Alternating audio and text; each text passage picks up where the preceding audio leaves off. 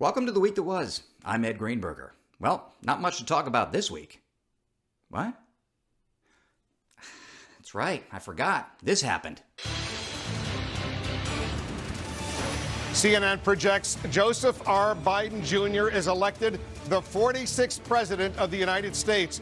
It took nearly a week, but America's 4-year fever dream is finally over.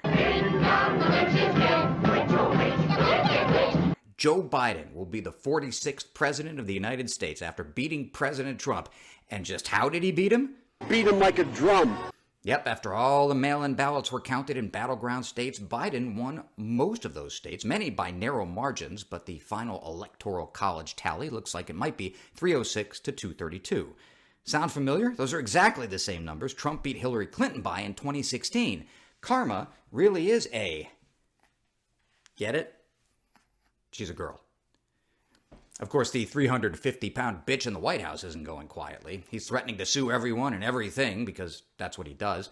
Trump and his lawyer, Rudy Pocketpool Giuliani, keep screaming about voter fraud, which they apparently define as voting for Joe Biden.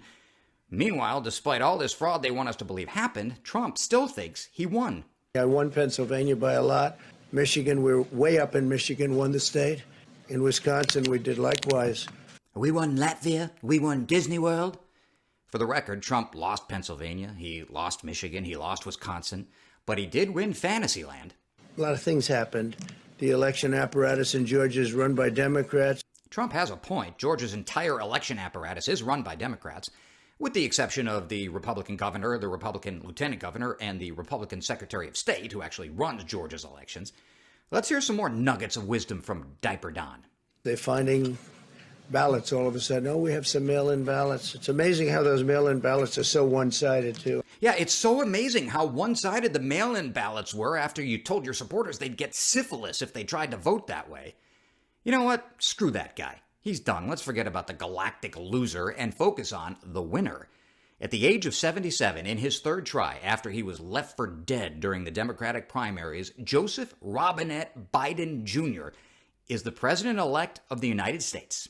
I pledge to be a president who seeks not to divide, but unify, who doesn't see red states and blue states, only sees the United States. By the way, what kind of odds could you have gotten in 1789 that it would take us 231 years to elect a guy named Joseph?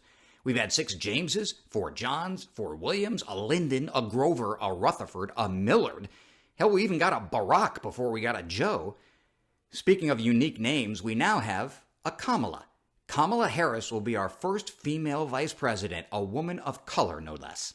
Every little girl watching tonight sees that this is a country of possibilities. And to the children of our country, regardless of your gender, our country has sent you a clear message. Dream with ambition. Lead with conviction, and see yourselves in a way that others may not, simply because they've never seen it before. But know that we will applaud you every step of the way.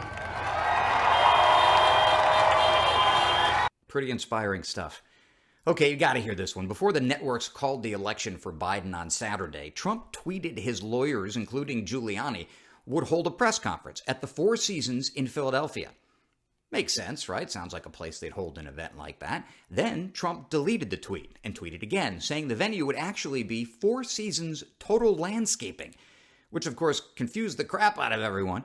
Sure enough, reporters showed up to Four Seasons Total Landscaping, which I kid you not is right next to a dildo store and across the street from a crematorium, to find Giuliani and company holding court. Now, there are a lot of theories about what happened, but the only one that really makes sense is that they wanted the Four Seasons Hotel, but accidentally called Four Seasons Total Landscaping and booked it by mistake. I don't know if that's what really happened here, but if anybody tries to ruin that story for me, I'm going to take you down like your Brad Parscale on a bender. Man, we've had a year, haven't we? 2020 has been one for the books. So much history, so much of it horrible. But hopefully that little point of light that's been twinkling in the distance will keep getting bigger. That's the thing about history. We get to write it. sometimes we lose the story for a little while. Things get a little messy. The Lord Jehovah has given unto you these 10